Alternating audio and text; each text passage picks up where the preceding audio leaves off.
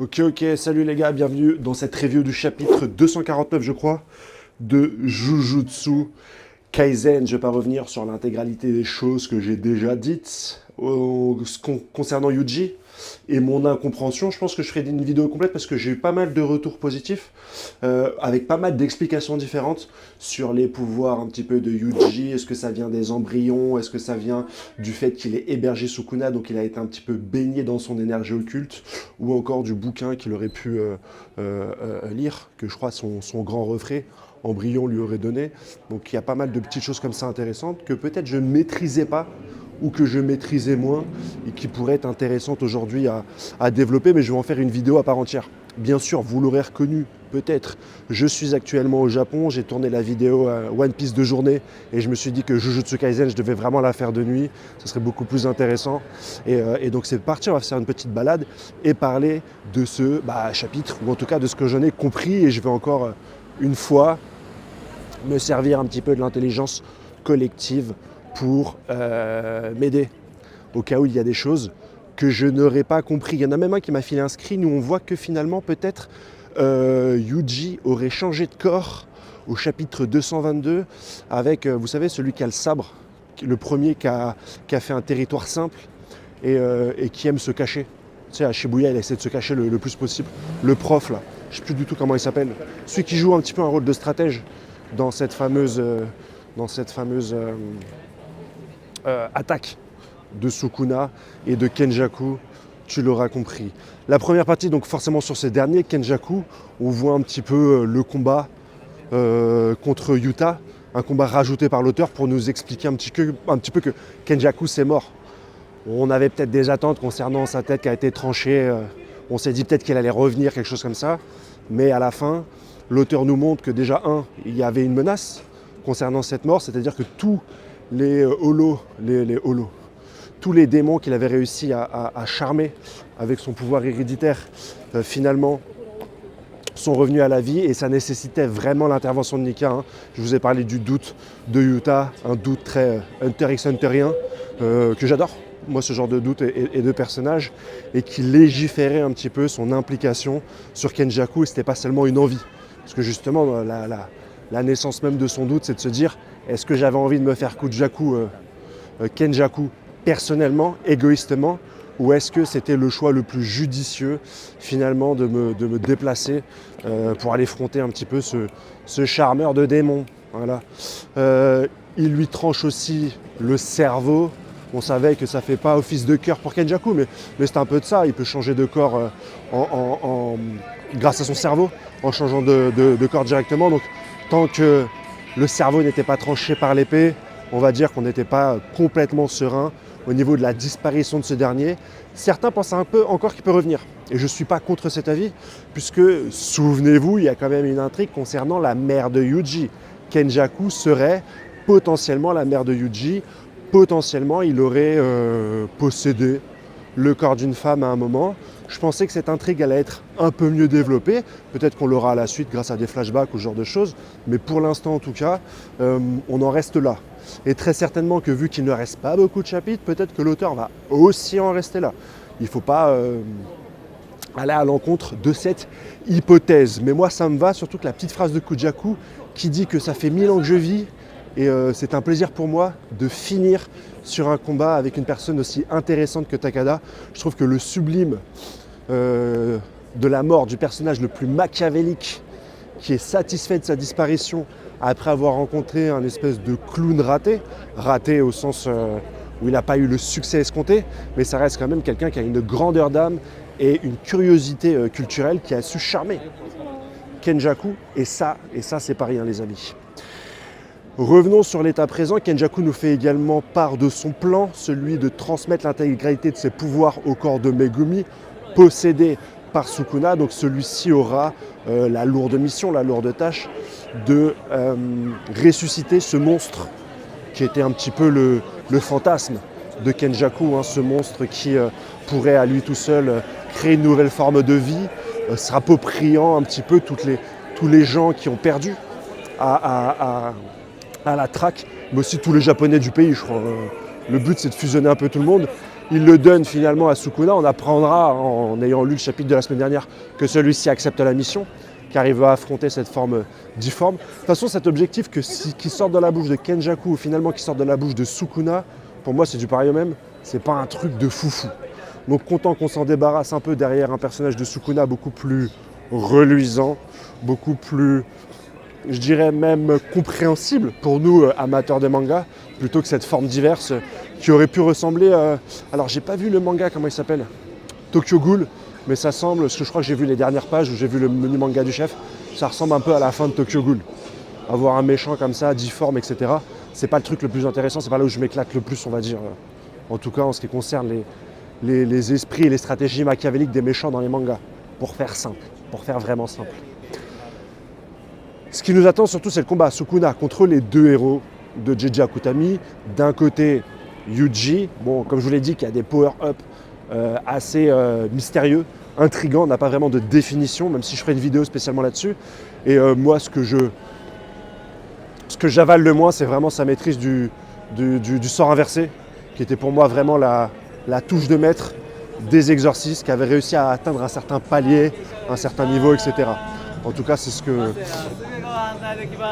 je pense, à tort ou à raison, tu me diras. Et puis l'autre, Yuta, qui est fondamentalement un génie, qui est un génie depuis tout le temps, qui est un génie, on sait pourquoi, c'est grâce à son, un petit peu à sa symbiose avec Rika, et aussi son sort inné qui est de copier n'importe quel sort. Et on va avoir son extension de territoire qui reste pour moi l'extension territoire la plus belle visuellement de tout le manga, sans conteste, quand c'est un vrai champ de bataille avec un champ d'épée comme ça, qui est très très beau, qui rappelle le Japon, qui rappelle Zenbon Sakura dans Bleach, j'en ai parlé dans ma vidéo spoiler, mais que je trouve particulièrement majestueux. Il fait vraiment Bankai. On sent que là l'auteur s'est lâché, alors que les extensions de territoire ont été concentrées sur l'effet du territoire, mais pas sur son esthétique, alors que dans Bleach, dans les mangas, tu as et l'esthétique et la description des pouvoirs qui est intéressante. Et J.J. Akutami n'avait jamais fait d'effort vraiment sur l'esthétique. Enfin, la plus belle, c'est peut-être celle de Sukuna, c'est un simple hôtel japonais, avec une rivière de sang, quelques ossements, c'est pas le truc le plus foufou. Là, on sent que l'auteur, c'est un peu plus, je vais pas dire casser le cul, mais en tout cas, le schéma est beau et le visuel est en raccord avec le pouvoir finalement de Yuta, parce que chaque épée représente bien sûr, j'imagine, un combattant qu'il a copié dans le passé, et c'est dans cette extension de territoire qu'il va pouvoir utiliser les capacités de tous les personnages qu'il a affrontés dans sa vie de manière infinie, avec le sort inné.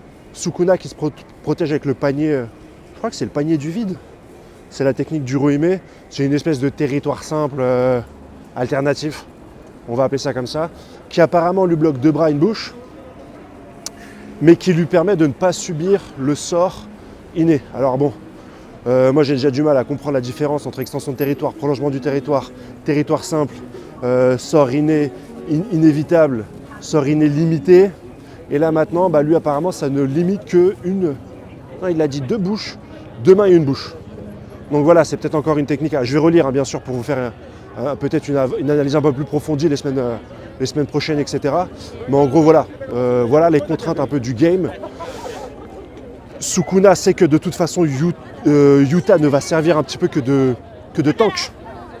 Enfin, mi-tank, mi-DPS, mais dans le sens où le coup final sera délivré par Yuji et par sa capacité à frapper l'âme. Je vous ai demandé en vidéo, j'ai eu pas mal de réponses, merci, dans ma vidéo spoiler, depuis quand est-ce que Yuji est capable de frapper l'âme. Il est vrai qu'avec Maito, il y avait ce sujet-là, je ne l'ai pas oublié, moi aussi j'ai regardé la saison 2 il n'y a pas longtemps, seulement il n'a pas été clairement identifié. Moi tout ce que j'ai su, c'est que Maito ne voulait pas toucher l'âme de Yuji parce que fatalement il allait se confronter à l'âme de Sukuna, et Sukuna est très à l'aise dans le jeu des âmes, puisque une fois que tu te retrouves dans son âme, il peut te toucher, il peut te provoquer des dégâts, il peut t'impacter. Par contre, que les points de Yuji frappent l'âme, alors avec Maito, moi je pensais que quand Yuji finalement touchait Maito, ça donnait l'opportunité à Sukuna de pouvoir intervenir et donc de toucher l'âme, de frapper l'âme de Maito. De ce que je comprends, Yuji peut plus ou moins toucher l'âme. Je le dis et je le répète, c'est pas clairement défini. Beaucoup me disent oui parce qu'il a mangé ses frères embryons. D'autres me disent que non, finalement c'est grâce au bouquin que lui a filé Shoujo. D'autres disent encore non, c'est parce qu'il a baigné, il a partagé encore avec Sukuna, donc avec son énergie occulte, Je suis d'accord avec toutes ces théories à partir du moment où on dit que c'est des théories. Là où je vais un petit peu me rebiffer, c'est quand on va dire ouais, faut prendre ça pour argent comptant. Pire encore, certains vont dire ouais, c'était très simple à comprendre. Là où je dis non, tu l'as très simplement interprété. C'est tout à ton honneur, hein. Je ne dis pas que c'est une mauvaise chose, c'est pas du tout ce que je suis en train de dire, mais il ne faut pas non plus penser que c'est absolument ça. JJ Akutami est plus ou moins mystérieux. Surtout sur ce chapitre 222 où on voit le prof répondre à Itadori en répondre à son opposant en disant Itadori. Donc effectivement, il y a un jeu avec les âmes. Effectivement, Yuji maîtrise plus ou moins les âmes. Ça, il n'y a pas de soussaille. Mais c'est pas encore clairement défini. On aura très certainement une explication. Je pense que JJ Akutami nous laisse volontairement dans le vide pour un petit peu, ça crée du suspense, ça crée un peu, ça crée pas mal de choses intéressantes. On va pas se mentir, bien sûr, mais c'est pas encore clairement défini et aller dire que oui, c'est évident, etc., etc. Attends, il y a un peu de vent là, faut faire attention, c'est feu rouge. Je pense qu'il faut pas non plus pousser mémé in the orty, si tu vois un petit peu ce que je veux te dire, mon terrible frérot. J'attends impatiemment ce combat. Bien sûr, à un moment dans une review, j'ai dit un peu rapidement que ça va être un combat qui allait être bourrin. Il y aura très certainement un peu de stratégie. Yuji, donc avec sa faculté, qu'on le veuille ou non, c'est Sukuna qui le dit, hein. Il a la faculté de toucher l'âme, donc de tuer Sukuna en se débarrassant de Megumi. Si les deux étaient réellement capables de le faire, et c'est quelqu'un qui me l'a dit en commentaire ça, fatalement pourquoi c'est Gojo qui est parti en premier? Parce que là, à les entendre, Yuta combiné à Yuji ont de fortes chances de se débarrasser de Sukuna, d'autant plus qu'ils ont la capacité de le faire en protégeant Megumi, parce que même Satoru Gojo n'était pas sûr. Il a dit au mieux, j'arrive à m'en sortir en protégeant Megumi, sinon ça va être chaud, tu vois. Et donc que là, une autre combinaison, un plan B, parce qu'on est dans le plan B. Rappelez-vous, le plan A, c'était Satoru Gojo, l'homme le plus fort. Dans le plan B, on a une combinaison, voire deux, hein. Celle de Higuruma et de son épée qui peut one-shot et celle-là, je me dis bon, au niveau du rapport de puissance, il y a peut-être quelque chose à aller creuser. Et c'est pas pour autant que j'aime pas Jujutsu Kaisen, c'est pas pour autant que je critique Jujutsu Kaisen. Je l'ai dit assez de fois sur cette review, j'adore ce manga, j'adore en parler avec vous. Après moi je suis grave un vanneur dans la communauté, donc effectivement, j'ai mis des images de clowns et tout, moi ça me fait rire de ouf, tu vois. Et j'apprends beaucoup de ma commu. Mais moi je suis un taquin, j'aime bien casser les couilles. Mais voilà, raisonnez aussi un peu là-dessus. Vous êtes en âge de bien comprendre le manga, vous m'avez déjà même appris plusieurs fois des choses sur ce manga. Vous avez toujours été précis, vous m'avez toujours guidé. Ça travaille un peu ensemble. Aujourd'hui, me tomber dessus en me disant non mais tu comprends pas, Yuji a toujours été un génie. Je comprends la sémantique de l'œuvre. Je comprends que l'auteur le positionne comme un être à part et lui, etc. C'est un héros de shonen. Je capte. Ce que je veux dire, c'est que dans le temps imparti, apprendre un sort à inverser en un mois, mis à part si on a une explication, c'est à nous de nous mettre en doute. C'est même le cœur du mystère autour de ce personnage. C'est qu'on ne t'explique pas des choses qui mériteraient une explication et le suspense naît de là. Voilà. Toujours un plaisir de faire cette review. J'espère que vous avez kiffé ce petit quartier de Shinjuku. N'hésitez pas à me suivre sur mon TikTok et sur mon Insta. Ouais, non, je donne pas mon Insta. Mon TikTok et mon Twitter. Je posais plein de vidéos du Japon. Donc voilà, et puis si un jour vous voulez au Japon, vous me mettez en commentaire. Je vous donnerai des petites adresses, des petits queutrus. Toujours pour faire plaisir à la commu. N'hésitez pas bien sûr à vous abonner si ça vous paraît intéressant de vous abonner les frérots. Et puis à la prochaine. Ciao, bisous.